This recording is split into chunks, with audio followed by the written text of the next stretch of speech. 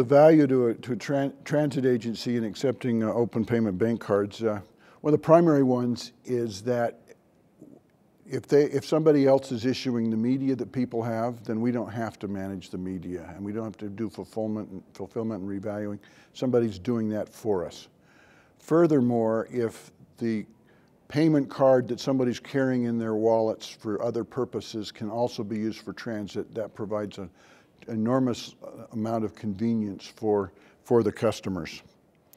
Another benefit is that if I'm accepting a Visa or MasterCard, American Express, or Discover, and the transit agency next door is going, and they've got the same system, you've got automatic interoperability. I don't have to negotiate that with them, although later on I can create cross-subsidy arrangements and so on through agreements, but interoperability is automatic.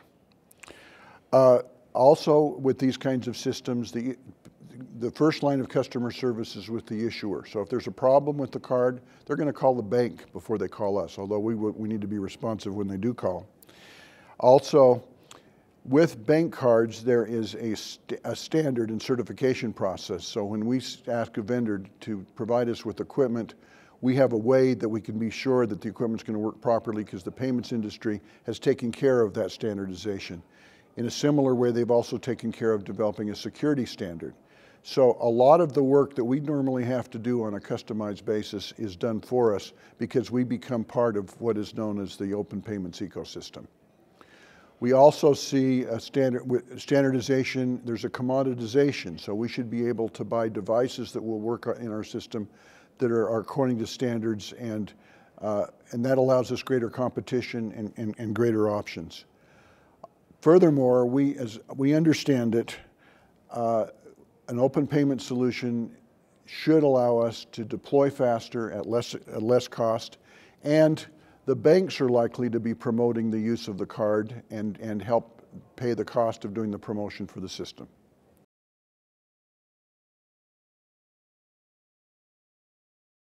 The technology advancements and innovations that really have had to be there in order for a transit agency to accept open payments are, first of all, bank cards and open payments are account-based systems. That essentially means that the accounts and the business rules are being maintained in the back office, and you've got to be able to communicate with that back office.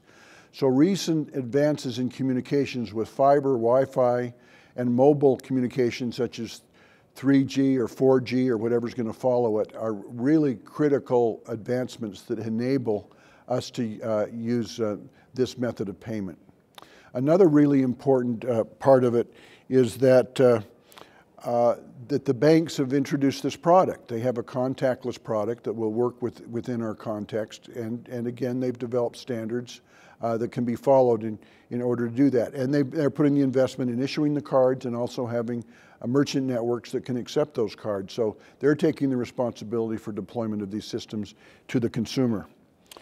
Another critical thing has been that the regulatory rules associated with micropayments, small payment transactions, have been adjusted to support contactless payment, and those are critical for transit because we can't get a signature when you ride our bus. We're not going to examine the card. We're not going to give you a receipt.